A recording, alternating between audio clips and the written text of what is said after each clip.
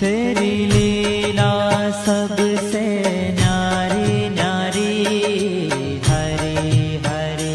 तेरी लीला सबसे न्यारी न्यारी हरे हरे। ओ तेरी लीला सबसे न्यारी न्यारी हरे हरे।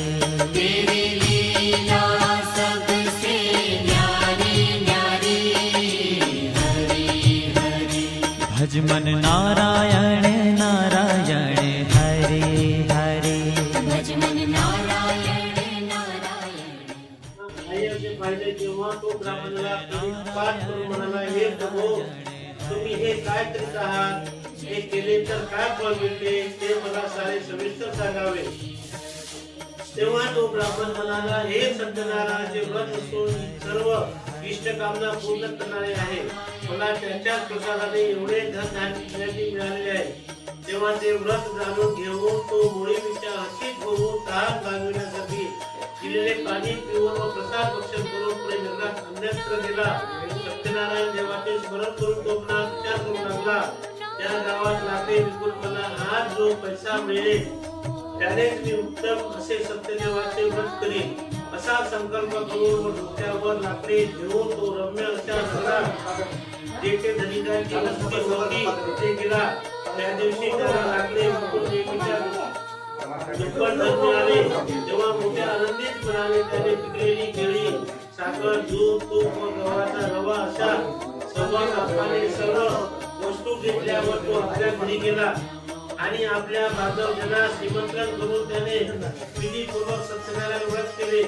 त्या व्रताच्या प्रभावाने तो मुळीच्या धनसंपन्न व पुत्रवंत झाला आणि हे लोकी मुखी होऊन मृत्यूनंतर सत्यनारायण लीला म्हणजे लोकी गेला। इति श्री स्कंद पुराणातील रेवा खंडातील श्री सत्यनारायण कथेचा दुसरा अध्याय समाप्त। हरे नमः। दुसरा अध्याय समाप्त। अध्याय तिसरा। सूत म्हणाले, हे श्रेष्ठ मुनिजन हो, मी आणखी तुला सांगतो ते श्रवण करावे। पूर्वी तुका मूळ नावाचा एक राजा होता, तो मन व इंद्रिय ताब्यात ठेवणारा व सत्य बोलणारा व सद्बुद्धीचा राजा प्रतिदिनी देवळात जाऊन ब्राह्मणांना दान देऊन संतुष्ट करत असे। त्यांची भार्या ही सुंदर श्रीवती व कमलवदना होती। एकदा नदी तीरावर तो सत्यनारायण व्रत करीत होता, त्यावेळी ब्रह्मचारी भरपूर द्रव्य व सामग्री घेऊन एक साधू नावाचा वाणी तेथे आला। आपली नौका तीरावर आणून ठेवून तो साधू वाणी रामाजवळ गेला। व्रत करणाऱ्या राजाला पाहून त्याने विनम्रपणे विचारले, साधू म्हणाला, महाराज भक्तिभावाने चित्त भरून येऊन आपण हे काय करीत आहात ते मला ऐकायचे आहे, आपण ते उघडपणे सांगावे। राजा म्हणाला, हे साधू, हे अतुल तेजस्वी विष्णूचे पूजा व्रत सजनासह पुत्र विधान ठिकाणी प्राप्ती होण्याकरिता ते जात होते। राजाचे बोलणे ऐकून साधूवानी आदराने म्हणाला, हे राजन, आपण मला सर्व सांगा, आपण सांगा त्याप्रमाणे मी करीन, मलाही संतती नाही, हे व्रत केल्याने नक्की संतती प्राप्त होईल। राजाने व्रत सांगितल्यावर नंतर त्या साधूवाल्याने आपला व्यापार पूर्ण केला व तो आनंदाने आपल्या घरी गेला। त्याने आपल्या पत्नीला हे संततीदायी व्रत संपूर्ण सांगितले व जेव्हा संतती प्राप्त होईल तेव्हा मी हे व्रत करीन असे तो साधूवानी लीलावती नावाचे आपल्या पत्नीला म्हणाला। त्यानंतर ती सातवी भार्या लीलावती एकदा आनंदित चित्ताने धर्मानुसार आपल्या पती समवेत राहत असता सत्यदेवाच्या प्रसादाने बरोबर राहिली। 10व्या महिन्यात तिला कन्यारत्न प्राप्त झाले व ती कन्या शुक्ल पक्षातील चंद्राप्रमाणे दिवसेंदिवस वाढू लागली। तिचे कलावती असे नामकरण करण्यात आले। त्यानंतर ती लीलावती आपल्या पतीला मधुर शब्दाने म्हणाली, आपण पूर्वी ठरविलेले व्रत का बरे करीत नाही। तेव्हा तो साधूवादी म्हणाला, ते या कन्येच्या विवाह समयी मी ते व्रत करेन असे आपल्या पत्नीला आश्वासन देऊन तो नगरात गेला व त्या आपल्या विद्याच्या घरी ती कलावती नामक कन्यावर लागली। आपली कन्या विवाह योजनेसाठी असे पाहून धर्मविदा साधूवाद्याने आपल्या पुत्राचा विचार करून आपल्या दुसऱ्या नगरात पाठवले व आपल्या कन्येच्या विवाहासाठी श्रेष्ठ वर सुधावा असे त्याला सांगितले। त्यांच्या आज्ञेप्रमाणे तो कांचन नामक नगरात गेला। त्या नगरात तो एका वाण्याच्या पुत्राला घेऊन आला। त्या सुंदर व सद्बुद्धी वाणी पुत्राला पाहून तो साधूवादी संतुष्ट दिसणारे जातीतील व बांधवातील आपल्या इष्ट मंडळी सहित त्यानंतर त्या वाणिष्ठाला आपल्या पद्धतीने विधीपूर्वक दान देता झाला. दुर्दैवाने त्याला कन्येच्या विवाहासमयी सुद्धा त्या उत्तम व्रताचे विस्मरण झाले. त्यामुळे श्री सत्यनारायण प्रभू त्यावर रुष्ट झाले. त्यानंतर आपल्या व्यापार उद्योगात कुशल अशा तो साधूवाने फार प्रेरित होऊन आपल्या गावासाठी व्यापारासाठी निघाल्यावर डॉक्टर शब्दाजवळ असलेल्या सुरसा नावाचा रमण पुरास केला. श्रीमान गावाचा व्यापार मुलाखत ते चंद्रकेतू नावाच्या राजाच्या रमणीय नगरातही गेले. त्यावेळी प्रभू सत्यनारायण यांनी तो साधूवानी आपल्या प्रतिज्ञेपासून भ्रष्ट झाला आहे असे पाहून त्याला मोठे दारुण व कठीण दुःख प्राप्त होईल असा शाप दिला. एके दिवशी असे झाले की जेथे ते सासरे जावई दोघेही व्यापारी उतरले होते तेथे राजाकडे धनाची चोरी करून एक चोर आला. आपल्या मागून धावत दूर एक आहे तसे पाहून भयभीत होऊन त्या चोराने ते धन तेथेच ठेवले व चटकन तेथे लपला. तो साधूवाने जेथे होता तेथे मागोमागच राजून आले व राजा ते धन त्यांच्या जवळच पाहून तो साधूवानी व तो जावईवाणी पुत्र यांना बांधून हर्षाने धावत राजाजवळ जाऊन सांगितले की महाराज जो चोर आणले आहे त्यांना पाहून काय आज्ञा द्यावी. राजाने आज्ञा केल्यावर नंतर मात्र विचार चौकशीने त्या दोघांना घर कसून बांधून मोठ्या किल्ल्यात कारागृहात डांबून ठेवले गेले. सत्यदेवाच्या मायेमुळे कोणी त्यांचे म्हणणे ऐकून घेतले नाही व त्याचे संवर्धन चंद्रकेतू राजाने खजिन्यात जमा केले. सत्यदेवाच्या शापाने त्या साधुवानाच्या घरी जे काही धन होते ते सर्व चोराने लुटून नेले व त्याची पत्नी लीलावती अतिशय दुःखी होऊन जळते व राजाने गाजून जाऊन तहान भुकेने पीडित होऊन अन्नाची रात करून घरोघरी भीक मागत भटकू लागली. कलावती ही रोज कशी सर्वत्र भटकू लागली व एक दिवस भुकेने व्याकुळ होऊन ती ब्राह्मणाच्या घरी गेली असता तिथे सत्यनारायणाचे व्रत चाललेले तिने पाहिले. तेथे बसून सकाळ श्रवण करून तिने मनोमन नारायणाकडे वनमार्गिका प्रसाद दिला. तो भक्षण करून घरी गेली. तिच्या आईने त्या कलावतीस प्रेमाने विचारले मुली रात्री तू विश्रामपर्यंत कुठे होतीस तुझ्या मनात काय आहे. तेव्हा ती कलावती आईला सगळे म्हणाले आई मी रात्री ब्राह्मणाच्या घरी इष्ट सिद्धी देणारे भक्त पाहिले ते मुलीचे बोलणे ऐकून ती वाणी कालची पत्नी आनंदाने सत्यनारायण पूजेच्या तयारीत लागली. तिने आपल्या आप्त बांधवासह सत्यनारायणचे पूजन केले व पती आणि जावई आपल्या घरी लवकर परत येऊन माझ्या पतीदेव जमाताचे अपराध क्षमा करावे अशी सत्यदेवाची वारंवार प्रार्थना तिने केली व त्या व्रताचे सत्यनारायण प्रभू संतुष्ट झाले आणि चंद्रकेतू राजाला स्वप्नात दृष्टांत देऊन सांगितले की हे नृपश्रेष्ठा उद्या सकाळी प्रथम तू त्या बंदीतल्या 2 व्यापाऱ्यांना सोडून दे. त्यांचे जे धन सध्या तू घेतलेले आहेस ते सर्व परत दे नाहीतर राज्य धन व पुत्र यासह मी तुझा नाश करीन. राजाला असे बोलून सत्यनारायण अदृश्य झाले. राजाने नंतर सकाळी उठून स्वजनासह सभेत बसून सर्व लोकांना आपले साधू सांगितले व बंदी केले. वाणी व वाणी पुत्र यांना मुक्त करा अशी आज्ञा केली. राजाचे वचन ऐकून सैनिकांनी व्यापाऱ्यांना मुक्त केले व राजासमोर त्यांना उपस्थित करून म्हटले महाराज बेड्याच्या बंधनातून मुक्त केलेल्या वाण्याला व वाणी पुत्राला आणले आहे. जेव्हा नृपश्रेष्ठ चंद्रकेतू त्या दोन्ही व्यापाऱ्यांनी नमस्कार करून पूर्वीचा सर्व उपकार मनात येऊनही भयभीत होऊन चकाचकही मुखातून काढला नाही पण राजाने त्या दोघांना पाहून आदरपूर्वक म्हटले दुर्दैवाने तुम्हाला मोठे दुःख प्राप्त झाले होते पण आता तुम्हाला काही भय नाही असे म्हणून राजाने त्यांना बंधनात मुक्त केले व कर्माधी करवून घेऊन त्यांना वस्त्रे वरंगा देऊन राजाने संतुष्ट केले व पुरस्कार आदी देऊन गोड भाषणानेही त्यांना संतोष दिला. त्यांचे जे धन त्यांना हरण केले होते ते दुप्पट करून परत दिले साधूवानाला व त्याच्या जावयाला आपण आता आपल्या घरी जावे असे सन्मानपूर्वक म्हटले. साधूवानी राजाला कनेक्ट करून म्हणाला आम्हाला घरी जाणे शक्य होत आहे हे आपलीच कृपा आहे. एकीकडे संत पुराणातील रेवा खंडातील सत्यनारायण कविता तिसरा अध्याय समाप्त.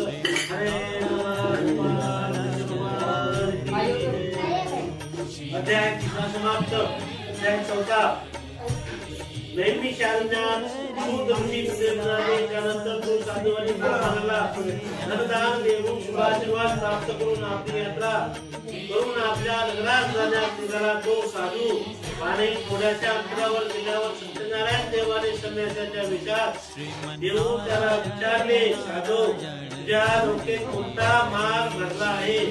तेव्हा त्या जोगा उन्मत्वाने भेटावलेले असून सारे संन्यासा तुला काय पडले आहे?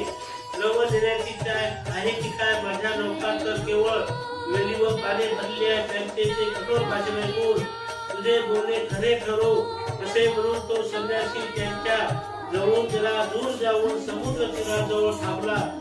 तो संन्यासी गेल्यावर साधूवाल्याने आपले नित्यकर्म आटोपले व नौकेकडे पाहिले तर त्यांना तीवर आलेली दिसली. त्यामुळे त्याला फारच आश्चर्य वाटले आणि नौकेत वेली व पाला पाचोळाच भरला आहे असे पाहतात तर तो गुच्छा येऊन जमिनीवर पडला. नंतर शुद्धीवर आल्यावर तो चिंताग्रस्त झाला. त्यावेळी त्याचा जवळ त्याला म्हणाला, शोक कशाला करता? संन्यासाने शाप दिलाय, तो काही करू शकतो, यात काही संशय नाही. म्हणून आपण त्याला शरण जाऊया. आपल्या मनासारखे होई जावायचे वचन ऐकून तो साधूवानी तेव्हा त्या संन्यासाजवळ गेला व त्याला पाहून भक्तीचे नमस्कार करून आदरपूर्वक म्हणाला, मी आपल्यासमोर जे दुर्वचन बोललो त्याची मला क्षमा करावी असे म्हणून वारंवार त्याच्या पाया पडून तो फारच शोक करू लागला. तो रडत आहे असे म्हणून तो संन्यासी म्हणाला, रडू नको, माझ्या पुत्राला विसरून झाला. माझ्या आज्ञेने ते बुद्धिहीनाला तिला वारंवार प्राप्त करायचे. भगवंताचे वचन ऐकून त्याची स्तुती करण्यास उद्युक्त होऊन साधूवानी म्हणाली, हे प्रभू ब्रह्मा देवाधिक सर्व देव तुझ्या मायेने मूळ होता तुझे रूप आश्चर्य मूळ त्या मायेने मोह पावलेला तुझा होणार कसे बरे जाऊ शकणार? प्रसन्न होऊन यथाशक्ती मी तुझे पूजन करीन. पूर्वी माझे जे सर्व धन होते ते मला मिळू दे. मी शरण आलेला आहे, माझे रक्षण कर. त्याचे हे भाव पूर्ण बोलणे संन्यासी रूपात झाला. जनार्दन संतुष्ट झाला. इच्छित वर देऊन तो हरी तेथेच अंतर धाम पावला. नंतर संपत्तीने पूर्ण भरलेली आपली नौका पाहून व तीवर आरूढ होऊन सत्यदेवाच्या कृपेनेच माझी इच्छा पूर्ण झाली असे म्हणून सुजनासह यथाविधी सत्यनारायणाची पूजा करून सत्यदेवाच्या प्रसादाने पूर्णपणे आनंदित होऊन साधूवानी यत्नपूर्वक नौका सोडून आपल्या देशाला गेला. मग तो साधूवानी रावयाला म्हणाला, माझी रत्नपुरी पाहावी असे म्हणून आपला रक्षक दूत त्याने पुढे पाठवला. तो दूत नगरात जाऊन साधूवानाच्या बाहेरला भेटला व हात जोडून तिला नमस्कार करून उचित असे वचन बोलला. साधू महाराज आपला जवळ बंधू वर्ग अपार दरम्यासह नगरा समीप आले आहे. तुकाचे वचन ऐकून ती साधी भारत हसीन होऊन मुलीला म्हणाली, सत्यनारायणाची पूजा कर, मी त्याच्या दर्शनासाठी जात आहे. लवकर आईचे ते बोलणे ऐकून मुलीचे व्रत समाप्त केले व घाईघाईने प्रसाद न घेता तीही आपल्या पतीला भेटण्यासाठी निघाली. त्यामुळे सत्यदेव रुष्ट झाले व त्यांनी तिच्या पतीला नौकेला धनाधिकासह पाण्यात बुडविले. तेव्हा आपला पती तिसरा म्हणून तलावाची शोकावेगनावर होऊन रडत रडत नदीवर कोसळली. नौका बुडाली व आपली कन्या अत्यंत दुःख करीत आहे असे पाहून तो साधूवानी व सर्व नावानी हे काय विपरीत घडले म्हणून चिंता करू लागले. तेव्हा आपल्या मुलीला दुःखी पाहून लीलावती ही शोक विह्वल होऊन विलाप करू लागली व आपल्या पतीला म्हणाली की जावई मग त्याच्या नौकेचा हो कसे हो झाले, कोणत्या देवाची रक्षण केली म्हणून नौका नष्ट झाली, कोण जाणे सत्यदेवाचा महिमा जाणे तरी तुम्हाला शक्य असे म्हणून ती स्वजनाचा जाता विलाप करू लागली आणि कलावतीला मान्यवर देवची अंबाजा करून रडू लागली. नंतर पती मरण पावल्यामुळे झालेल्या त्या कलावतीने त्याच्या पादुकासह सती जाण्याचा निर्णय केला. तो साधूवानी करण्याचे ते वचन पाहून आपल्या पत्नीसह अत्यंत शोकाग्रस्त होऊन धर्मज्ञपणे विचार करू लागला, ही नौका सत्यदेवाने हरण केली असावी काय? त्याच्या मायामुळे मी अगदी गोंधळून गेलो आहे. नंतर सर्वांना बोलवून आता मी यथाशक्ती सत्यदेवाची पूजा करेन असा संकल्प झाले. म्हणून आपला सत्यदेवाला वारंवार भूमीवर साष्टांग पाठ करू लागला तेव्हा दीनजनांचे प्रतिपादक सत्यदेव संतुष्ट होऊन कृपेने भक्त वात्सल्य असे ते आकाशवाणीने म्हणाले, प्रसाद वेरून ही कन्या पतीला पाहण्यासाठी आले म्हणून त्या तुझ्या मुलीचा पती अदृश्य झाला हे तू निसंशय जा.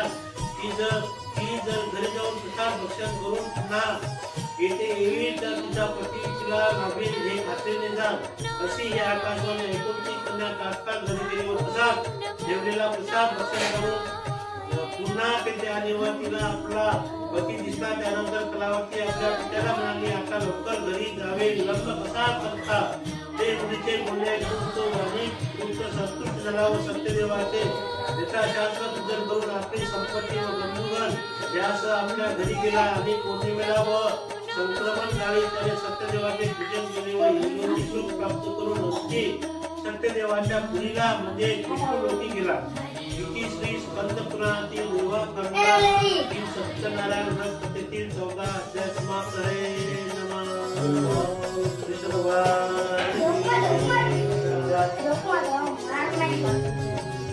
अध्याय 14 समाप्त. अध्याय 5. सूत म्हणाले, आता श्रेष्ठ मुनिजन हो, मी आणखी सांगतो ते ऐकावे. अंगध्वज नावाचा एक राजा होता. तो प्रजेने पालन करण्यात तत्पर असे. त्यासही सत्यदेवाच्या प्रसादाचा त्याग झाल्याने दुःख प्राप्त झाले. तो एकदा वनात गेला व अनेक पशूंना मारून एका वृक्षाच्या गुंजाशी येऊन तेथे बांधवासह खूप मोठ्या भक्तिभावाने व आनंदाने सत्यदेवाची पूजा करीत आहे.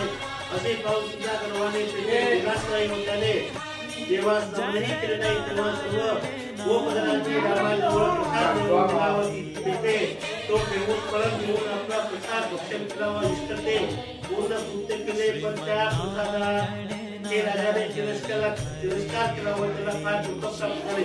त्याचे 100 मुले नसणारे व धनधान्याचे काही नसणारे सर्व सत्यदेवाने नष्ट केले असे माझे निश्चित मत आहे. तेव्हा त्यांनी सत्यदेवाचे पूजन झाले आहे. जेथे मी जातो असे म्हणाले ठरवून तो त्या गोपांच्या जवळ गेला. त्यानंतर त्या गोपधनासह राजाने भक्ती व श्रद्धायुक्त होऊन सत्यदेवाची यथाविधी पूजा केली व सत्यदेवाच्या प्रसादाने धन व श्रद्धायुक्त झाला आणि लोकी ते भोगून अंतिम संध्याकाळी म्हणजे विष्णुलोकी गेला. जो हे परम दुर्लभ सत्यनारायण व्रत करतो व फळ अशी पुण्यदाय कथा भक्तीने सेवन करतो त्याला सत्यदेवाच्या प्रसादाने धन्य धान्याची सवय लागते. दरिद्र माणसाला धन मिळेल, बंदी असेल तो बंधनातून मुक्त होईल, भयग्रस्त भयापासून तुटेल. याचबरोबर संशय नाही तो निष्ठ फळ लागून शेवटी विष्णुलोकी जाईल. हे विप्रांनो असे सत्यनारायण व्रत करून मानव सर्व दुःखापासून मुक्त होतो व तेच मी आपल्याला सांगितल्या विशेषतः कलियुगात सत्यपूजा फलप्रद आहे. त्याला कोणी खार म्हणतात, कोणी तप म्हणतात, कोणी ईश म्हणतात, कोणी सत्यनारायण कोणी सत्यदेव म्हणतात. कलियुगात हा सनातन नाना रूपे धारण करणारा विष्णू सत्यव्रत रूपाने सर्वांना निष्ठा प्रदान करणारा होईल. हे मनुष्यश्रेष्ठ हो, जोही कथा नित्य म्हणतो व श्रवण करतो त्याची आपले सत्यदेवाच्या प्रसादाने खरोखरच नाश धावतात. या नाश पावतांची श्री स्कंद पुराणाची देवा खंडातील सत्यनारायण कथेचा 5वा अध्याय समाप्त आहे.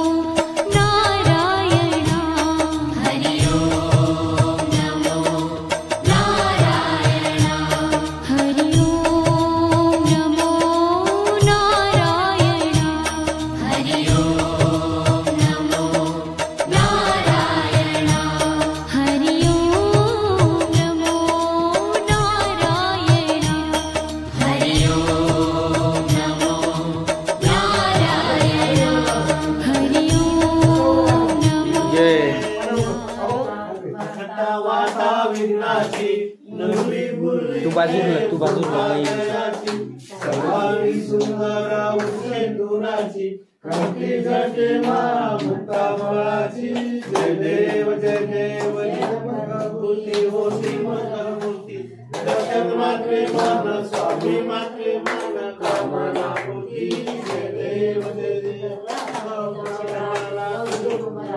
चंदनाची उंटी कुंभेश्वरा जय दंड मुकुट शोभत तुम्हारा पुरे चरणी गागरिया जय देव जय मंगल मूर्ति हो श्री मंगल मूर्ति दर्शन मात्रे मन स्वामी मात्रे मन कामना पूर्ति जय देव गागरिया गुरु वाजती केले नाचे देवा अंबर गणपती सादा पेरा नाचे गणपती शंकर पार्वती पार्वती जय देव जय मंगल मूर्ति हो श्री मंगल मूर्ति दर्शन मात्रे मन स्वामी मात्रे मन कामना पूर्ति जय देव दलिता पर परिवार वंदना सरस्वर वक्र तुंडा की नैना भाषा माता वटाई सदा सपनाटी पाहावे निर्वाणी रक्षावे गुरुवर वंदना जय देव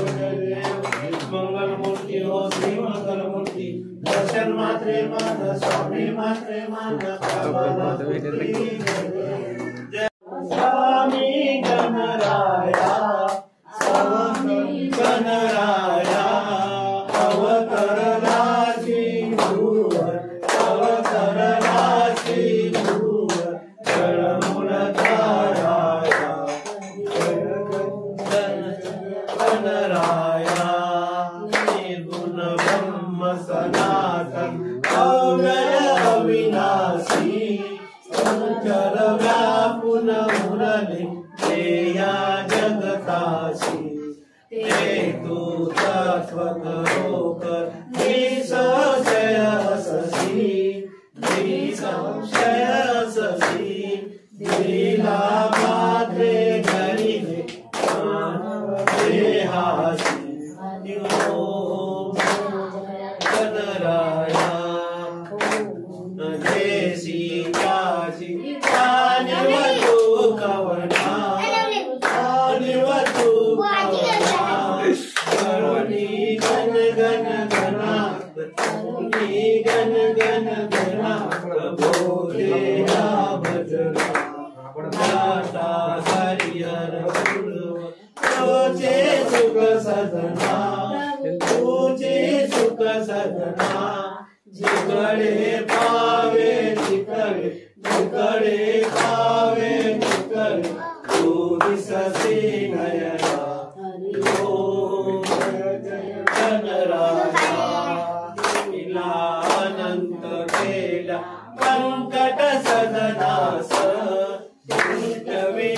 विद्यावनी वाचुनी चिलमेस शरणात केला ब्रह्मगीता केला ब्रह्मगीता गर्वाचा नाश जय गणराया केले कैका संपन्न करविले पकाराधी करविले तासाराधी ओम गणराया जय जय साचित स्वरूपा स्वामी गणराया स्वामी गणराया अवतरला सिंधुवर गणमुलधाराया ओम जय जय गणराया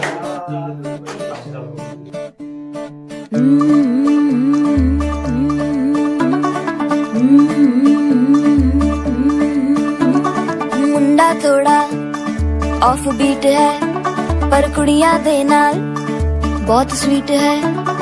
मुंडा थोड़ा ऑफ बीट है पर कुड़ियां दे नाल बहुत स्वीट है। ढोंगी सा ये बड़ा ढीठ है वायरल हो गया ये ट्वीट पर फूल वूल करने में कूल तू बड़ी तेज कटारी है। शगन तेरी की लगन तेरी की हमने कर दी तैयारी है। नचते ने सारे रंग में